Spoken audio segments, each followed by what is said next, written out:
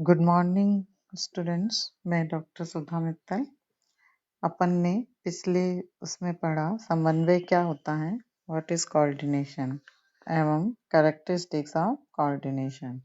आज अपन देखेंगे समन्वय का महत्व या समन्वय की आवश्यकता क्यों होती है। जैसे समन्वय को प्रबंध का सार माना जाता है। बिना समन्वय के किसी भी संगठन की सफलता आसानी से प्राप्त नहीं हो पाती है।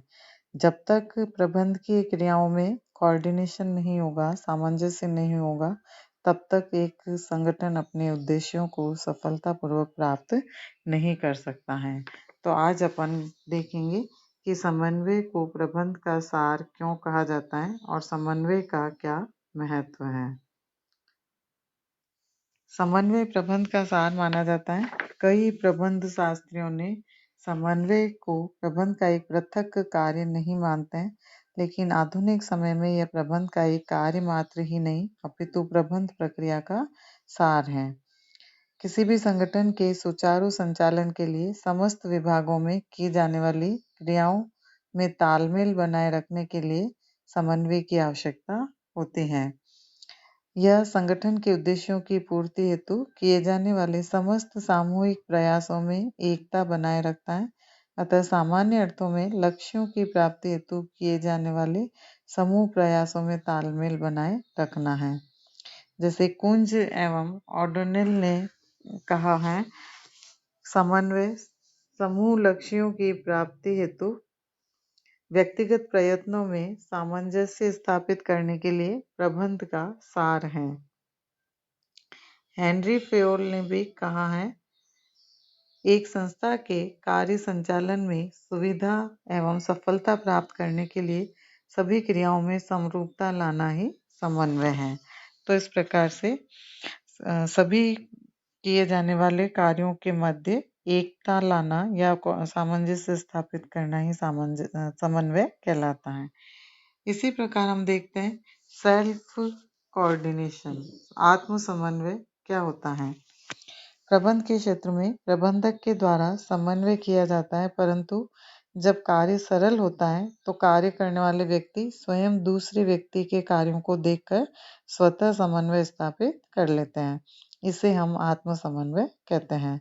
इस स्थिति में बिना किसी विचार विमर्श के समन्वय हो जाता है। कभी कभी अवसर आने पर प्रबंधक कुछ निर्देश भी दे देते हैं। तो साइमन के अनुसार आत्म समन्वय वहाँ संभव है जहाँ व्यक्ति प्रत्येक संगठन के सदस्यों को समझने की क्षमता रखता हो और अपने आप को उसके अनुसार समायोजित करने की क्षमता रखता हो। तो आत्म समन्वय छोटे कार्य समूहों से अधिक प्रभावशाली होता है, जहाँ पर व्यक्तियों में आपसी तथा प्रत्यक्ष संपर्क होता है।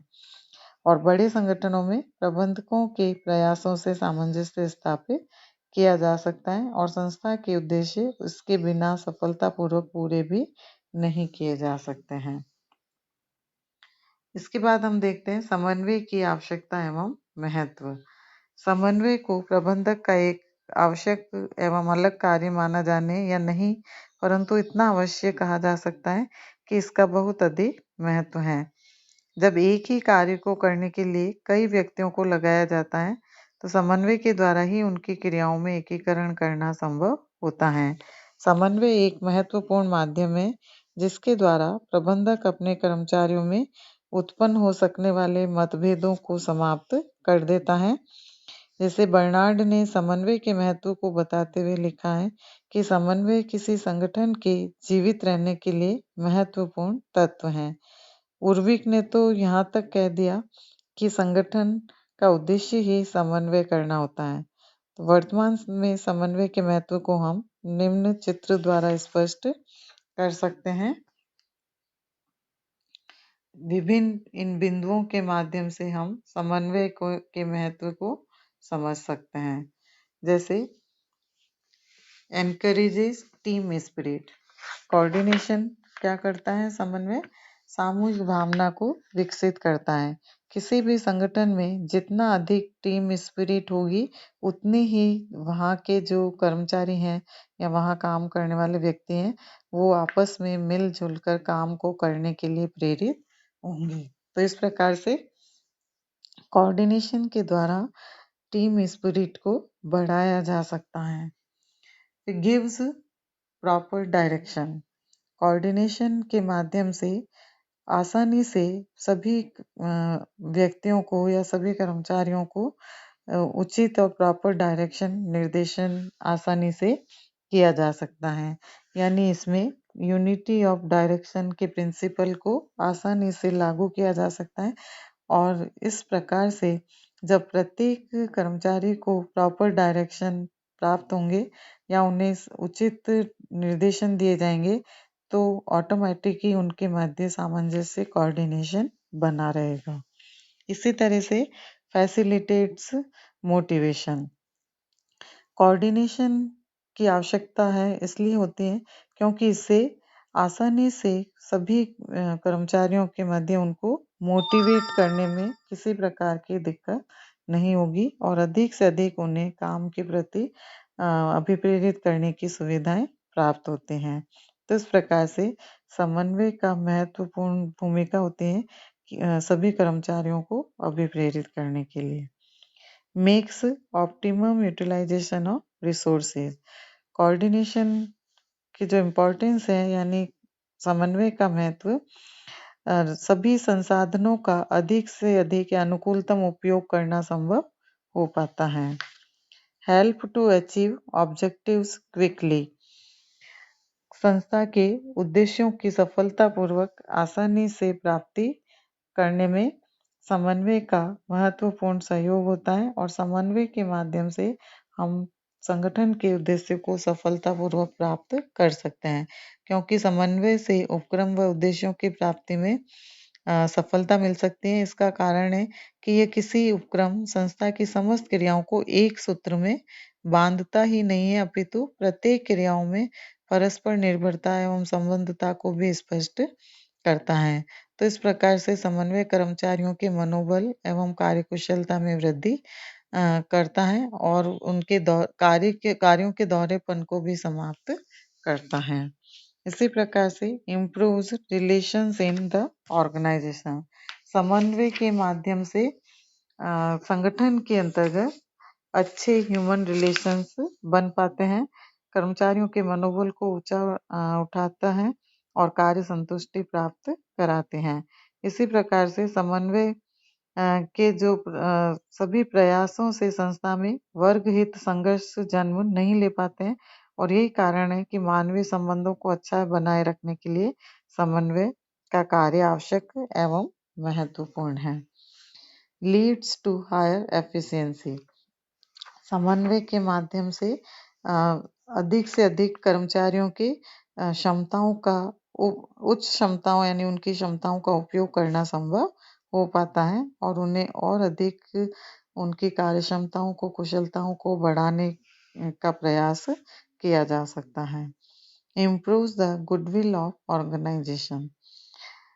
किसी भी संगठन की गुडविल यानी उसकी ख्याति को बढ़ाने में भी समन्वय की आवश्यकता होती है क्योंकि जितना अधिक किसी संगठन के अंतर्गत सामंजस्य होगा, कर्मचारियों में मिलकर सहयोग की भावना विकसित होगी, उतना ही वे अधिक से अधिक अच्छा कार्य कर पाएंगे और जितना अधिक प्रोडक्टिविटी बढ़ेगी, जितना अधिक अच्छा कार्य होगा तो संस्था कि सभी कार्य समय पर होंगे और इस प्रकार से संस्था का कुशल प्रबंध होने के कारण उसकी गुडविल, उसकी ख्याति में वृद्धि होगी। तो इस प्रकार से इन विभिन्न बिंदुओं के माध्यम से हम सामंजस्य की समन्वय की आवश्यकता और उसके महत्व को स्पष्ट कर सकते हैं। अब इसके बाद हम देखते हैं समन्वय प्रबंध का सार। Coordination is the essence of management. बच्चों कई बार इस पर अलग से भी क्वेश्चन पूछा जाता है कि समन्वय को प्रबंध का सार क्यों कहा जाता है। तो हेनरी फेयोल, उर्विक, लूथर गुलिक जैसे प्रबंध शास्त्रियों ने समन्वय को प्रबंध का एक महत्वपूर्ण कार्य माना है, किंतु अधिक व्यावहारिक यही लगता है कि समन्वय प्रबंध का कार्य नहीं वरन प्रबंध का सार या निचोड़ है और इसलिए कुंज तथा ओडलैंड ने समन्वय को प्रबंध के कार्यों का सार एवं आत्मा माना है। उनके विचार में समन्वय तो नियोजन, संगठन, अभिप्रेरण एवं नियंत्रण के माध्यम से ही किया जा सकता है। तो इस प्रकार से प्रबंध के कार्यों में समन्वय की भूमिका को हम देख सकते हैं। Role of coordination in managerial functions. तो उसके आधार पर ही हम ये देख पाएंगे कि समन्वय प्रबंध का सार किस प्रकार से है। इसके सार को देखते हुए हम देखते हैं कि प्रबंध के कार्यों के मध्य किस प्रकार से ये कार्य करता है। पहला, नियोजन, प्लानिंग। संस्था के संपूर्ण नियोजन एवं विभागीय नियोजन के मध्य संबंध स्थापित किया जाना, संस्था के सभी विभागों व क्रियाओं से संबंध योजनाओं के मध्य एकरूपता सुनिश्चित करना, उद्देश्य निर्धारण की परंपरागत व आधुनिक प्रक्रिया में सहायता देना, संस्था की कार्य योजनाओं के क्रियान्वयन एवं नियोजन की तकनीकी की प्रभावशीलता में सहयोग करना। और इस प्रकार से नियोजन के साथ इन सभी बिंदुओं से हम देखते हैं कि उनमें कोऑर्डिनेशन बनाए रखा जा सकता है। इसी तरह से निर्णयन, डिसीजन मेकिंग, निर्णय प्रक्रिया की जानकारी देना तथा इसके प्रभावित क्रियान्विति की उपयोगी बनाना, निर्णय के सिद्धांतों से प्राप्त दिशा निर्देशों की क्रियान्विति में सहयोग देना और व्यू रचनात्मक निर्णयों को लागू करना। तो ये सब डिसीजन कोऑर्डिनेशन के माध्यम से ही संभव हो पाते हैं। इसी प्रकार डायरेक्शन, निर्देशन, निर्देशन से संबंध विभिन्न कार्य यथा अभिप्रेरण, मनोबल निर्माण, पर्यवेक्षण, नेतृत्व, संप्रेषण आदि की क्रियान्विति हेतु कोऑर्डिनेशन की आवश्यकता होती है और समग्र निर्देशन की प्रभावशीलता के लिए समन्वय आवश्यक है। इसी प्रकार से संगठन के लिए समन्वय द्वारा संगठन के सभी सिद्धांतों की व्याख्या करने व उनकी उपादेयता सुनिश्चित किया जाना आसान हो जाता है। संगठन में व्यक्ति, कार्य, पद, स्थिति, अधिकार व दायित्वों में सामंजस्यता स्थापित किया जाने के लिए समन्वय की जरूरत होती है।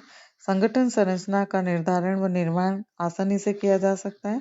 संगठन में विभिन्न व्यक्तियों व विभागों का परस्पर एक दूसरे पर हस्तक्षेप, कार्य में दोहराव, कार्य में देरी आदि बाधाओं का निराकरण किया जा सकता है।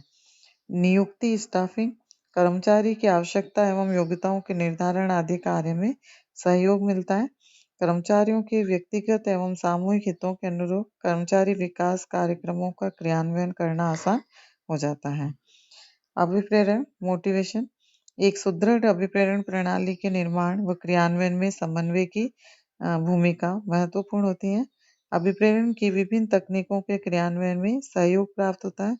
अभिप्रेरण की विभिन्न विधियों व तकनीकों के बीच कर्मचारियों के हितार्थ सामंजस्य बनाने का प्रयास आसानी से किया जा सकता है। इसी प्रकार से संप्रेषण, कम्युनिकेशन के लिए संप्रेषण की विधियों व तकनीकों को लागू करवाना, संप्रेषण की उपयोगिता व प्रभावशीलता को सुनिश्चित करना, तो ये समन्वय के माध्यम से ही संभव हो पाता है। इसी प्रकार से नेतृत्व, लीडरशिप, नेतृत्व की विभिन्न शैलियों में संतुलन स्थापित करना, नेतृत्व संबंधी कार्यों को उनकी प्रभावी क्रियान्विति करवाना या उनको इम्प्लीमेंट करवाना। कंट्रोल, नियंत्रण प्रक्रिया के विभिन्न स्तरों में सामंजस्य स्थापित कर इन्हें लागू करना, क्रियाओं की एकरूपता व सहसंबद्धता से जांच व मूल्यांकन कार्य सफल हो सकता है। इसमें नियंत्रण जो नियंत्रण में आवश्यक है। नियंत्रण की विधियों और तकनीकों की प्रभावी क्रियान्विति संभव हो पाती है। तो इस प्रकार से स्पष्ट है कि प्रशासन, प्रबंध व संगठन के सभी क्षेत्रों में प्रत्यक्ष एवं परोक्ष रूप से समन्वय प्रक्रिया समन्वय सक्रिय व महत्वपूर्ण भूमिका होती है। प्रबंध की प्रत्येक क्रिया व उपक्रिया में समन्वय अंतर्निहित होता है और इस प्रकार समन्वय की व्यापक व निर्णायक भूमिका के कारण यह प्रबंध का सार माना जाता है। धन्यवाद।